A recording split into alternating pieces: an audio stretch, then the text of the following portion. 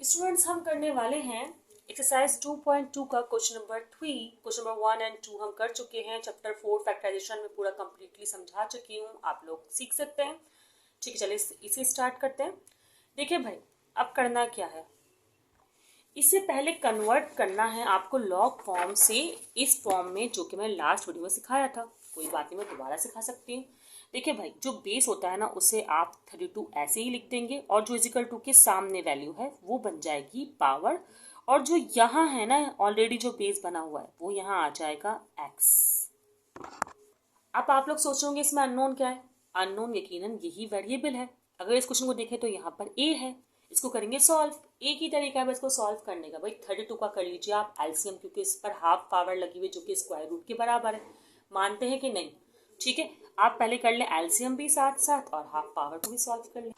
अच्छा, अब एलसीएम क्या करें, यहाँ कर लेते हैं। वैसे तो थोड़ा सा गंदा हो जाएगा काम, लेकिन चले कोई बात नहीं। 32 का ही तो एलसीएम कर रहे हैं। आपको पता 2 से करेंगे, 2 1 जार 2 6 जार हाफ हो जाता है, 2 8 jar 2 4 jar 2 2 jar and 2 1 jar. ठीक है, तो कितने 2 आए, 1 2 3 4 5, 5 2s।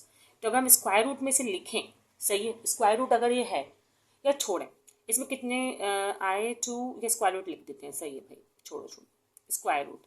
अच्छा, 1 2 और ये 3 4, 1 2 3 4 और ये 5।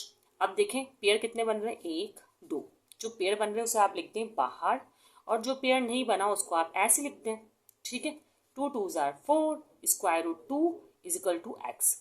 अच्छा, एक बात बताऊं, अगर ये पावर आती ना इवन 6 या कोई भी ऐसी जो 2 से कट हो रही होती, तो मैं स्क्वायर रूट नहीं लगाती, पावर को जैसे 6 लिखती और 2 1 2 3 करके सॉल्व कर देती। चले कोई बात नहीं, ये भी इजी था। चलिए करते हैं नेक्स्ट पार्ट। अब इस पार्ट को कैसे करें, देखें भाई, ये ही जो बेस है, लॉक लॉक के पास बेस है, वो यहाँ बेस बन जाएगी जैसे कि हमने यहाँ किया था। फिर इजिकल टू के इस साइड वाले को पावर बनाया था, यहाँ भी यही करेंगे, पावर बनाएंगे, और जो ये है वो इजिकल टू के सामने आ जाता था। ठीक है ना।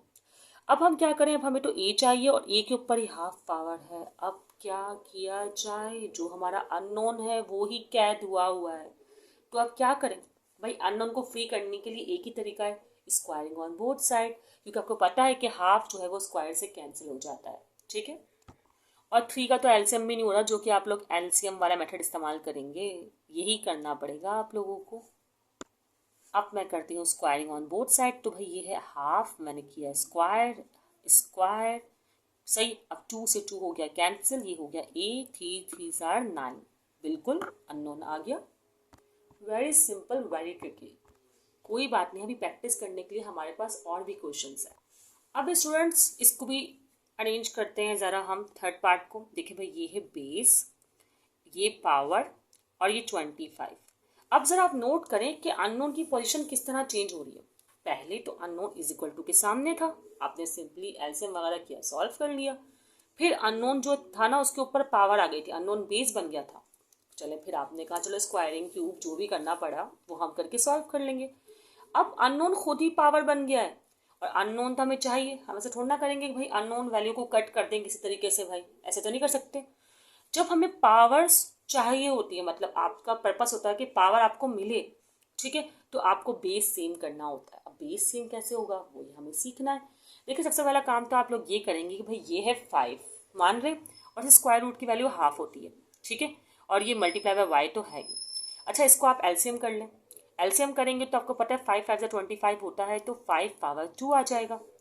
ठीक है, अब इसमें आप नोट करें कि बेस सेम हो गए, सही। लेकिन फिर भी अगर आप चाहें थोड़ा सिंप्लीफाई कर सकते हैं, 1 वाई ज़ा 1 y, y by 2 is equal to 5 2, नहीं तो आप पहले ही बेस सेम हो गई। अच्छा, बेस सेम हो गई तो अब कौन सा मेथड लग रहा है भाई, बेस सेम अगर हो जाए तो बेस को ऑब्सोलेट करके पावर को इक्वल ले सकते हैं, ये मैथ्स का रूल है। इसी तरह अगर पावर सेम हो जाए तो पावर को ऑब्सोलेट करके बेस को इक्वल ले सकते हैं।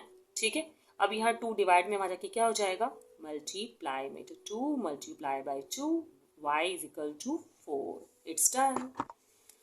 चलिए अब इस पार्ट को सॉल्व करते हैं। ये बेस बेस ही रहेगा, ये बन जाएगा पावर एंड ये आ जाएगा इज इक्वल टू एक्स। फिर से बिल्कुल फर्स्ट वाले क्वेश्चन की तरह कंडीशन हो गई, वही हमें एलसीएम वाला काम करना पड़ेगा। भाई 2 4 का एलसीएम करेंगे 2 की पावर 2 आएगा, सिंपल सी बात है। ठीक है, अब ये 3/2 है ये, और ये x है ही, तो 2 से 2 हो जाएगा कैंसिल।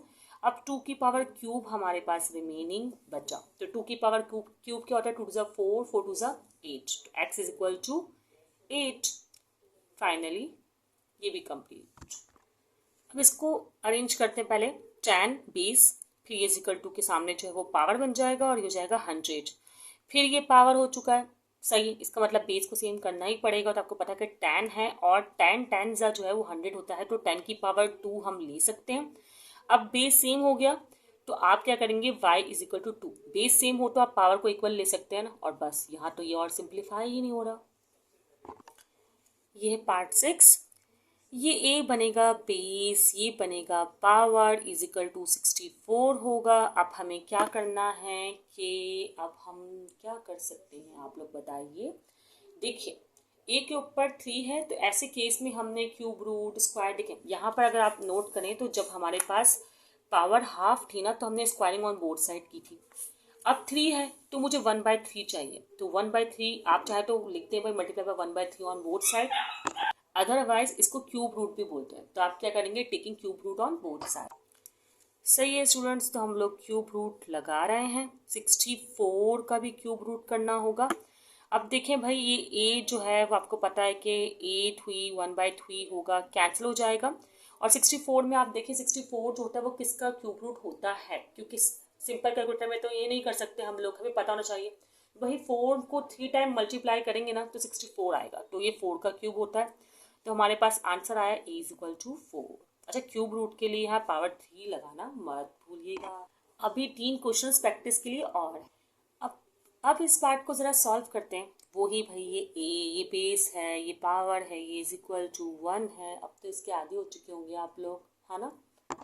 अब इस पे 0 पावर लगी हुई है ना, तो मैं आपको एक बात बताना चाहूँगी कि अगर मैं कंसिडर कर लूँ कि ये a 0 पावर है और 1 पर भी 0 पावर है।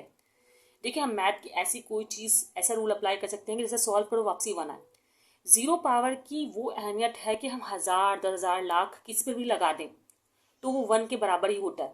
तो अगर 1 पर ही 0 पावर लगा दें तो 1 के बराबर होगा या नहीं होगा, तो पावर सेम तो हम बेस इक्वल ले सकते हैं। That's done. स्टूडेंट्स ये क्वेश्चन नंबर 8 है, ये है 9, ठीक है ना। अब हम क्या करेंगे, 55 लिखें जो कि बेस है, और ये बनेगा पावर और ये होगा 55। अच्छा, आपको क्या करना होता है, जब भी आपके पास अननोन पावर की फॉर्म में होता है तो आपको बेस सेम करना होता है। और यहाँ तो आपको मिला है एक एडवांटेज, बेस पहले से सेम है, तो बस यहाँ पर कुछ नहीं है तो 1 पावर है, सिंपल सी बात है, बेस सेम है, हटाओ बेस को, y इज इक्वल टू 1। तो ऐसा क्वेश्चन सिर्फ और सिर्फ MCQs में ही आ सकता है। अब बस लास्ट पार्ट है, ख़त्म होने वाली है वीडियो। जहाँ इतना देख लिया वहाँ ये लास्ट पार्ट भी देख लें। 64 है और ये बन जाएगा पावर x/2, एग्री, और ये हो गया 8। अब फिर पावर में है तो आपको बेस सेम करना पड़ेगा, ये तो उसूल है क्योंकि पावर हमें चाहिए। और अगर ये बेस में होता तो हम पावर सेम करते क्योंकि बेस हमें चाहिए, सिंपल सी बात है और कुछ नहीं। अब 64 और 8, 64 और 8 इसको छेड़े नहीं, 8 को नहीं छेड़े।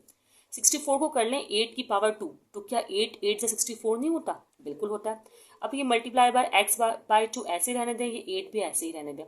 ये 2 से 2 हो गया कैंसिल और ये बेस सेम हो गई है, और यहाँ पावर समझे 1 है, ठीक है ना। जहाँ कोई पावर नहीं होती है वहाँ 1 होती है, तो x बराबर हो गया 1 के, क्योंकि बेस सेम थी तो उसको आपने हटा दिया।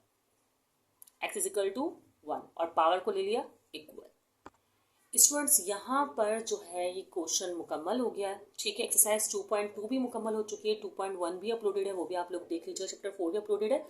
और जिन भी स्टूडेंट्स को नीड है कि उन्हें कोई टॉपिक समझना है तो वो कमेंट सेक्शन में बता सकते हैं, मैं कोशिश करूँगी कि उस पर वीडियो बनाकर अपलोड कर दूँ। दुआ में याद रखिएगा।